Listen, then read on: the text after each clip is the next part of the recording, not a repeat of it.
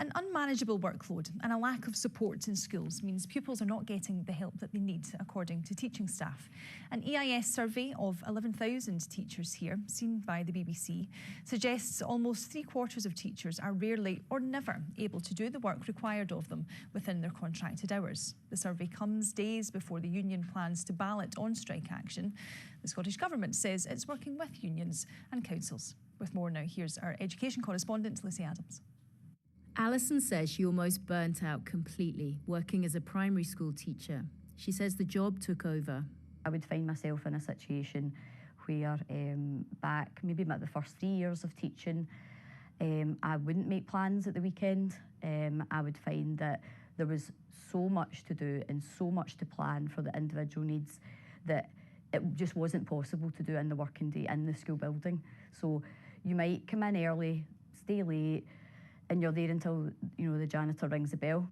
44% of the teachers in the survey said they usually work the equivalent of an extra day a week to get everything done.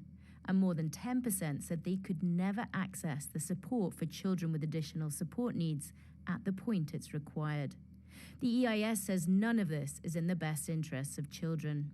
I'm concerned about the impact on individual children and young people and their families, but I'm also concerned about the impact on teachers as working professionals and their families. And ultimately, I'm concerned about the long-term future of Scottish education if we don't move to a position where we are funding it sustainably, taking account of the very real-world problems and social problems and economic problems that our children and young people are up against.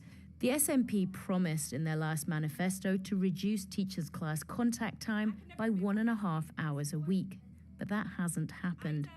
The Scottish Government said it's providing more than £186 million to restore teacher numbers and help reduce contact time. As we've moved away from COVID, I think there needs to be a recognition now of the substantive role our teachers are playing in supporting our children and young people. So I'm very keen to work through the SNTT and with the EIS as well in relation to how we can alleviate that workload pressure. To my mind, the direct action we can take in government is reducing class contact. The SNP pledged to recruit an additional 3,500 teachers by 2026. That pledge has since been dropped and replaced by a promise to get teacher numbers back to the level they were at in 2023. But the EIS says that's not enough.